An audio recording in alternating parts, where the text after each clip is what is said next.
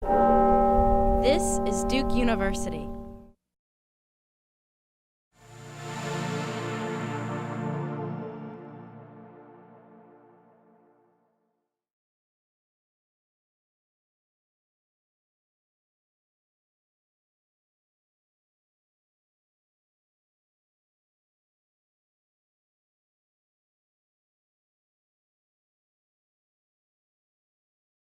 This exhibit that I've put together the name is inspired by an aesthetic that film critic Hamid Nafisi says resides in filmmaking practices of exilic and migrant film and media makers.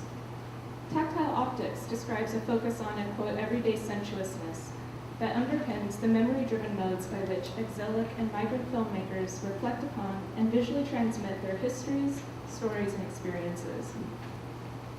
The prints in the Chicano collection and the paintings that they reproduce exhibit this optic, showing us scenes, experiences, feelings, and affective textures of migrant and brown life made vulnerable by dynamics of a model of coloniality developed in the Americas, what I'll be discussing today as Americanity. Now, of course, we must first make note that not all Chicanos are migrants. Many are born in the U.S. and have lived here for generations.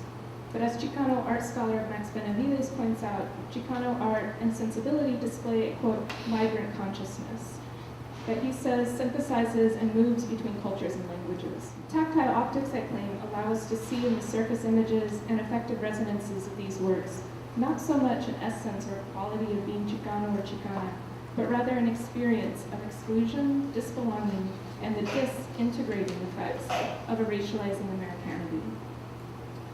These optics, I think, also work as modes of remembering, reflecting, and assembling modes of survival, community making, and affirmation that exist in the margins.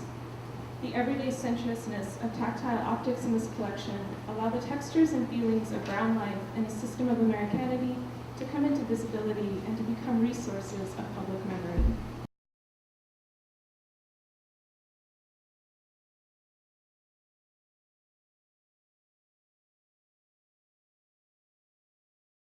Most of the artists featured in the Chicano collection work in California or Texas.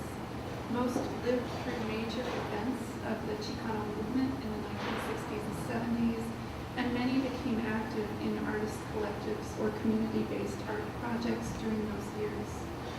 Several of the younger artists represented in the collection work with movement-oriented themes and images as well. There's a preponderance toward expressive figuration and photorealism in the works, aesthetics that have substantial connections to other Chicano art forms, from popular theater to tattoos and graffiti art and muralism.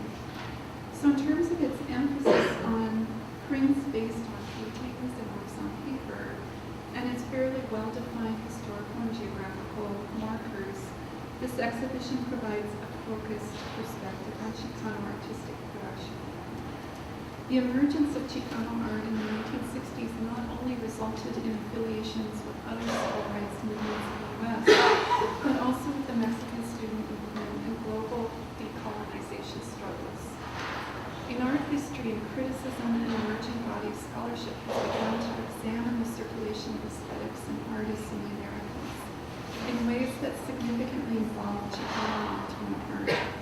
From the international reverberations of Mexican muralism to the early 20th century, to contemporary interactions between Chicana and Mexicana queer and feminist artists, and NAFTA-era parallels between U.S. and Mexican art worlds. With a life and a career that took him from Mexico to Chicago, Los Angeles, Delano, New York, Europe, and North Africa, Almaraz described himself as a Chicano and a Mexicano. He eschewed the New York art scene, embraced Los Angeles Latino communities, was a veteran of the United Farm Workers labor movement, and aspired to be an international artist. In many ways for me, his work exemplifies the possibilities for Chicano art to strive for recognition and change in the United States, while also participating broadly in visual cultures and social formations of the Americas. Thank you.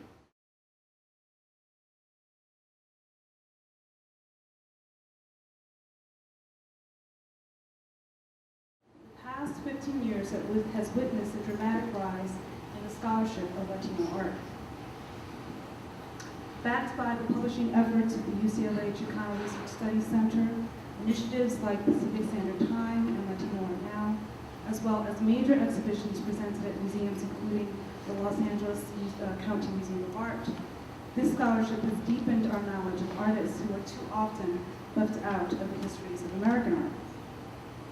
The critical response to this fluorescence, especially in the form of exhibitions and book reviews, offers a unique opportunity to gauge how critics, who often play a significant role in shaping public opinion and creating a record of our times, view the field. It was within this context that in 2010, the Smithsonian American Art Museum created a dedicated curatorial position focused on Latino art. While the museum had begun collecting Latino art in the late 1970s, and several on-staff curators had championed artists and oversaw exhibitions in the past, there had not been a dedicated long-term curator focused on Latino art. The position was created as a way to dramatically alter approaches to the presentation of Latino art, from sporadic approaches to foundational strategies. The collecting focus of the initiative was especially noteworthy since early major Latino exhibitions in the 1980s and 90s were conceived as temporary exhibitions. In these contexts, few works entered permanent collections where they stood a greater chance of entering the historical or cultural narratives of the institutions that acquired them. As the chosen curator, I was excited to take on this important project, but was also aware of the challenges that we had. The museum wanted a culturally specific exhibition, a cultural model long criticized for isolating artists of color. I don't always agree with these and other criticisms, and believe that exhibitions which unite works by artists of the same ethnicity or race are viable if paired with a sound curatorial concept. The best exhibitions of this kind reframe existing knowledge, especially since many artists of color have either been ignored by dominant institutions or their work framed by limiting stereotypes. I aim through my work to critically reconsider what counts as U.S. national art history in a time of accelerated globalization. This kind of meta-reflection rarely takes place in the field of American art. Even though there are institutions, publications, conferences named after American art, these forums tend not to wrestle with who and what falls into this construct. When we ask these questions, it becomes clear that the history of American art, as told through museum collections, exhibitions, and key texts, remains deficient of Latino participants and protagonists. By refusing to examine the ways in which Latino art is American art, critics like Kennicott reveals how difficult it still is for our society to embrace Latinos as part of American culture. In so doing, these critics missed an opportunity to debate who America has always been and who we are increasingly becoming. Presenting Latino culture as American culture is not a mere semantic shift, but a statement about the true nature of American culture. This progressive perspective is present in works by many non-white or otherwise socially marked artists who, like my exhibition, embraced America as a banner. Here I'm thinking of Andres Serrano's post-9/11 portrait series America, or Felix Gonzalez Torres' installation entitled America from 1994. It's an idea that echoes in the title of Glenn Ligon's 2011 retrospective at the Whitney Museum. In commenting about the title of Glenn Ligon America, organizing curator Scott Rothkopf said, although Ligon emerged amidst a generation of artists who deal with race and sexual identity, his work speaks more broadly, not just to African Americans or gay Americans, but to all Americans. I too believe that Our America, the Latino presence in American art, is an exhibition that was designed for all Americans to see and discuss as part of their national patrimony.